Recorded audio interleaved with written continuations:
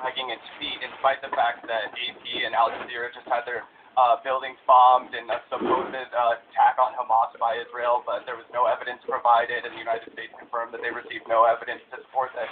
They had intel that Hamas, or anybody involved with Hamas was, in the building. So I'm just wondering if you think that this public pressure will have any meaningful impact on the media, which, and also obviously Joe Biden, who's continued to just, keep the, ball moving forward on militaristic and financial support for Israel, regardless of what kind of atrocities they commit, which was pretty par for the course considering history.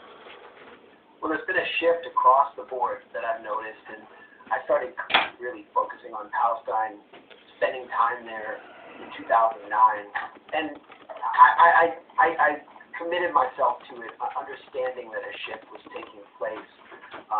Israel was in a transitional phase, entering this permanent right-wing era.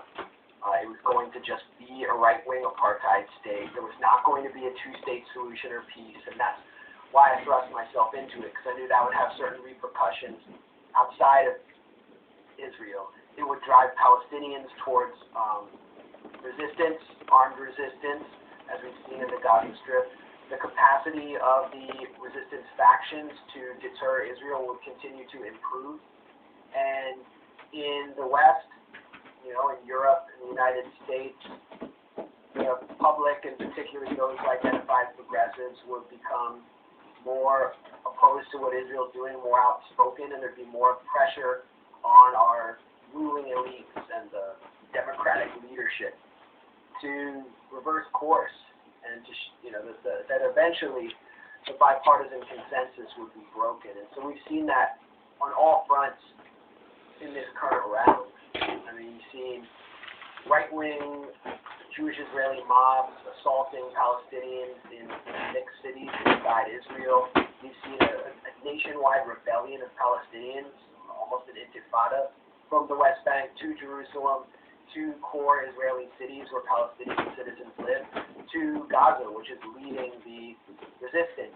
And you've seen a colossal Israeli military failure, where with this, one of the top equipped militaries in the world, a nuclear-armed military with a blue water navy, they're unable to stop or suppress homemade rocket fire from the Gaza Strip. They were unable to do it, and rockets are reaching further than ever before.